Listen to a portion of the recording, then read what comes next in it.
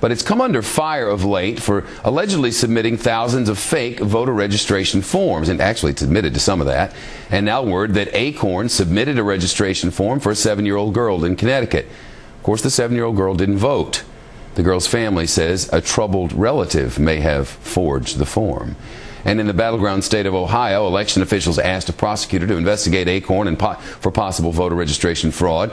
The bipartisan election board oversees Cuyahoga County. A county that includes Cleveland and is the most populous region of the state. Today, the group heard from people, or some of the people, who say Acorn workers basically harassed them repeatedly until they filled out multiple registration forms. Listen.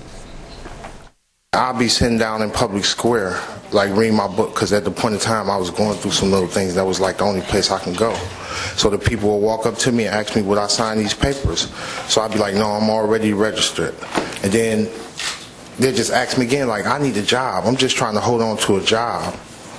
So would you sign this for me? I need 25 of them, or I need a certain amount of them to do it. So me being a kind-hearted person, I say, yeah. Well, he's live in Cleveland. Now tell us about this meeting. Yeah, Chris Shep, that meeting was held here in the room that I'm at now, which is the Cuyahoga County Board of Elections. You just heard from Christopher Barkley.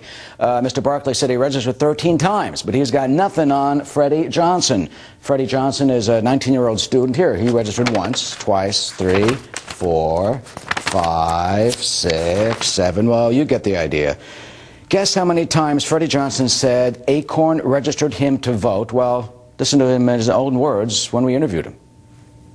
What did the Acorn people do?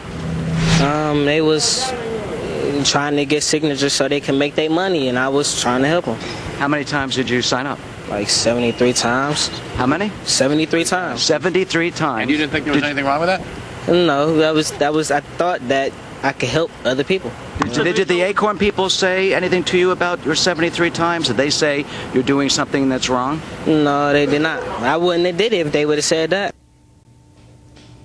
Well, he says 73 times. Acorn says no, he was registered 15 times by Acorn, 18 altogether.